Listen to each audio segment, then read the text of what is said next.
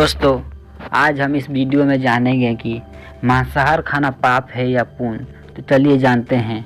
मांसाहार के विषय पर विभिन्न संस्कृतियों, धार्मिक विचारों और भिन्न भिन्न दृष्टिकोणों के आधार पर अलग अलग मत है।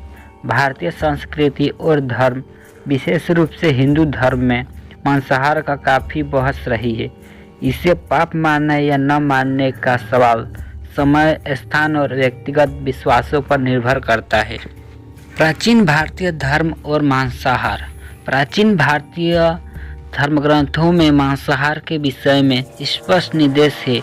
वेदों और उपमहाद्वीपों में मांसाहार की नई दिशा नहीं है, बल्कि इन स्थानों पर यह संकेत मिलता है कि यज्ञों में मांस चढ़ाया जाता है। विशेष रूप से सिंहदेव में यज्ञों के दौरान पशु बलि की बात मिलती है। हालांकि धीरे धीरे बौद्ध धर्म और जैन धर्म के आगमन के बाद भारतीय समाज में अहिंसा का सिद्धांत बहुत महत्वपूर्ण हो गया है। हिंदू धर्म में मांसाहार। हिंदू धर्म में विभिन्न पंथों और समुदायों में मांसाहार को लेकर अलग अलग दृष्टिकोण है।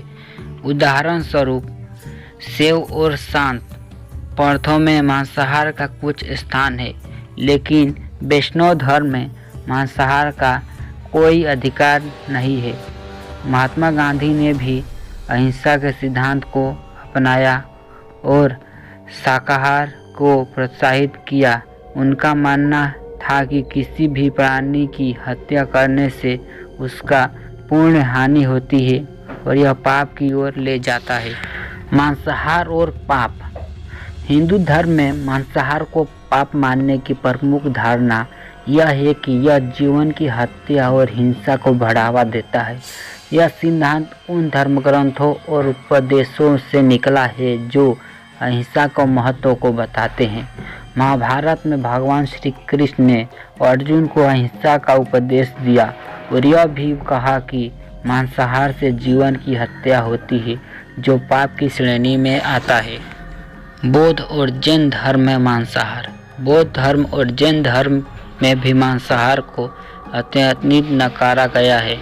बौद्ध धर्म में अहिंसा, दया और मुख्य आचार माना गया है और जैन धर्म में तो यह विश्वास किया जाता है कि किसी भी जीव की हत्या करना पाप है। जैन धर्म में विशेष रूप से मांसाहार से दूर रहने का कड़ा पालन किया जाता है। आधुनिक दृष्टिकोण। आजकल मांसाहार के बारे में लोगों ने विचारों में भिन्नता है। कुछ लोग मांसाहार को स्वाभाविक और जीवन का हिस्सा मानते हैं, जबकि अन्य इसे पर्यावरणीय और स्वास्थ्य के दृष्टिकोण से नुकसानदायक मानते हैं। कुछ वैज्ञानिक भी कहते हैं कि मांसाहार से शरीर को प्रोटीन और अन्य पोषण तत्व मिलते हैं, जबकि शाकाहार से रोगों के खतरे को कम किया जा सकता है। इन सब को सुनने के बाद निष्कर्ष यह निकलता है कि मांसाहार को पाप मानना या न मानना व्यक्तिगत विश्वासों पर निर्भर करता है।